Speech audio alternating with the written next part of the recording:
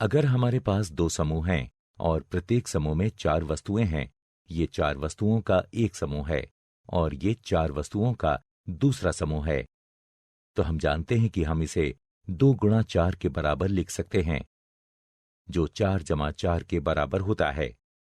ध्यान दीजिए, हमारे पास चार वस्तुओं के दो समूह हैं। हमें एक 4 के समूह को दूसरे 4 के समूह के साथ जमा करना है। तो अगर हम 4 जमा 4 करें या फिर हम चार वस्तुओं के दो समूहों की बात करें, दोनों तरह से हमारे पास कुल मिला के 8 वस्तुएं होंगी। और आप यहां देख सकते हैं कि हमारे पास 1, 2, 3, 4, 5, 6, 7, 8 वस्तुएं हैं। मैं चाहता हूं कि आप इस वीडियो को यहां रोकें और इन 8 वस्तुओं को समूहों में बांटने की कोशिश करें। परंतु ध्यान रखिए कि समूह में इस प्रकार बांटना है जिससे हम संख्या 8 को पूर्ण संख्याओं के गुणा के रूप में दर्शा सकें।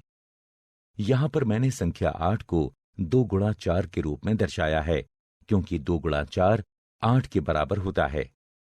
देखिए, आप इन वस्तुओं के अलग अलग समूह बनाकर संख्या 8 को अन्य पूर्ण संख्याओं के गुणा के रूप में दर्शा सकते हैं। मैं मान लेता हूं कि आपने इस वीडियो को रोक दिया है और अब आप इसे खुद करने का प्रयत्न कर रहे हैं। तो यहां पर हम 8 वस्तुओं को 4 वस्तुओं के दो समूहों की बजाय 2 वस्तुओं के 4 समूहों में भी बांट सकते हैं। तो ये 2 वस्तुओं का एक समूह, ये 2 वस्तुओं के दो समूह हैं, ये 2 वस्तुओं के 3 समूह हैं और ये 2 वस्तुओं के 4 समूह हैं। तो इस तरह हम इसे 4 गुणा 2 के बराबर लिख सकते हैं, जो 8 के बराबर होता है। तो इस तरह 2-2 वस्तुओं के वस्तुतः 4 समूह होंगे।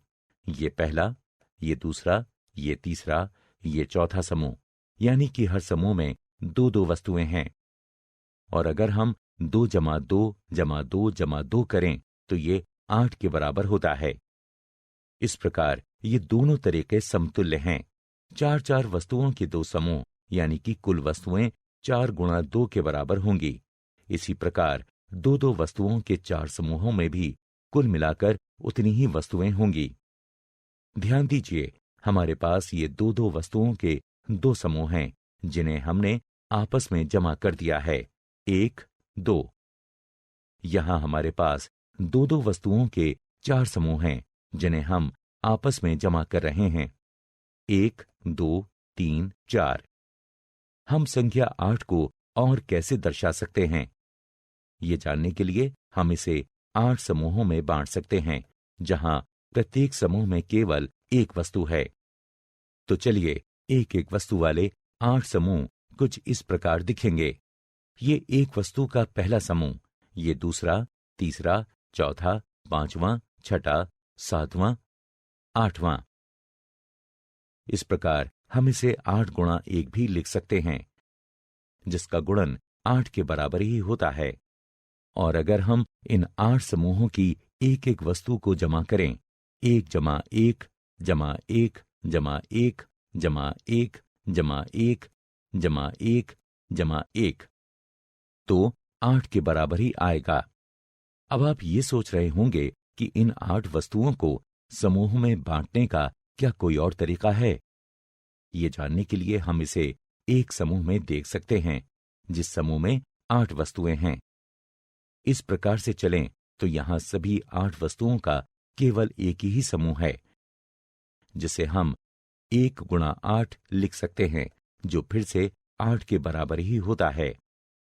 हमें 8 वस्तुओं के इस एक समूह को किसी और वस्तु अथवा समूह में जोड़ने की जरूरत नहीं है। तो जिस प्रकार हमने कुछ तरीके पहले किए हैं, उसी प्रकार हम यहां भी लिख सकते हैं और हमारे पास 8 वस्तुओं का एक समूह ही है, यानी कि 8 वस्तुओं के एक समूह में कुल मिलाकर 8 वस्तुएं ही होंगी। अब मैं आपसे एक प्रश्न करता हूं।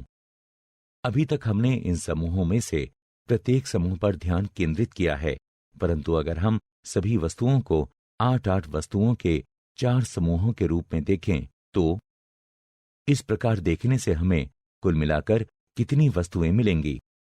तो मैं ये स्पष्ट कर दूं कि इस प्रकार हमारे पास ये 8 वस्तुओं का पहला समूह, ये 8 वस्तुओं का दूसरा समूह, ये 8 वस्तुओं का तीसरा समूह तथा ये 8 वस्तुओं का चौथा समूह है।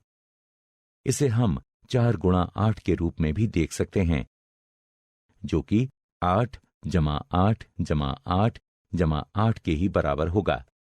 तो बताइए 8 वस्तुओं के 4 समूहों में कुल मिलाकर कितनी वस्तुएं होंगी? यहां मैं आपको वीडियो को रोकने एवं सभी वस्तुओं का गणन करने के लिए प्रोत्साहित करूंगा। इसे जानने के लिए आप बहुत तरीकों के बारे में सोच सकते हैं।